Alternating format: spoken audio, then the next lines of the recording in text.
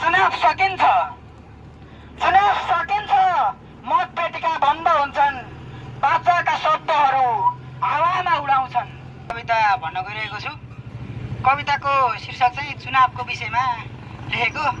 चुनावमा नेताहरूले के गर्छन्, चुनाव हुनुभन्दा अगाडि के गर्छन् र चुनाव सकेपछि के गर्छन् भन्ने चाहिँ विशेष छ।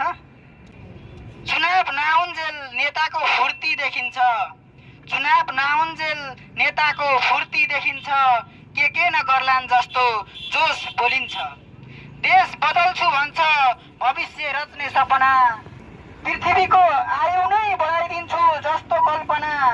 गरिबी हटाइदिन्छु भन्छ गज्रेर, गरिबी हटाइदिन्छु भन्छ गज्रेर।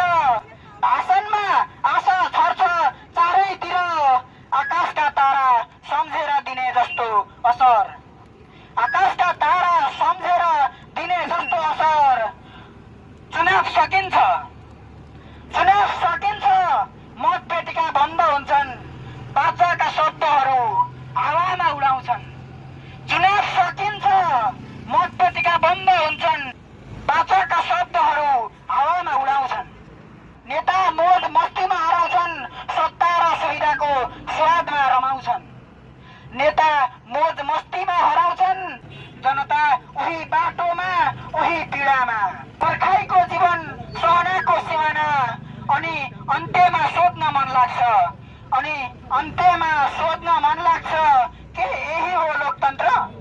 जहाँ चुनावले केही बदल्दैन, जहाँ चुनावले केही बदल्दैन र सीमित व्यक्तिहरू मात्र नाफामा चढ्छन्, र सीमित व्यक्तिहरू मात्र नाफामा चढ्छन्।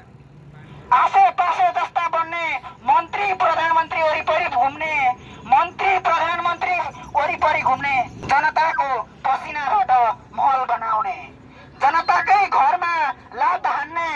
आवाज उठाउन खोज्दा चित्तिन्छ, आवाज उठाउन खोज्दा चित्तिन्छ। आशा कुल्चिन्छ, सपना च्यातिन्छ।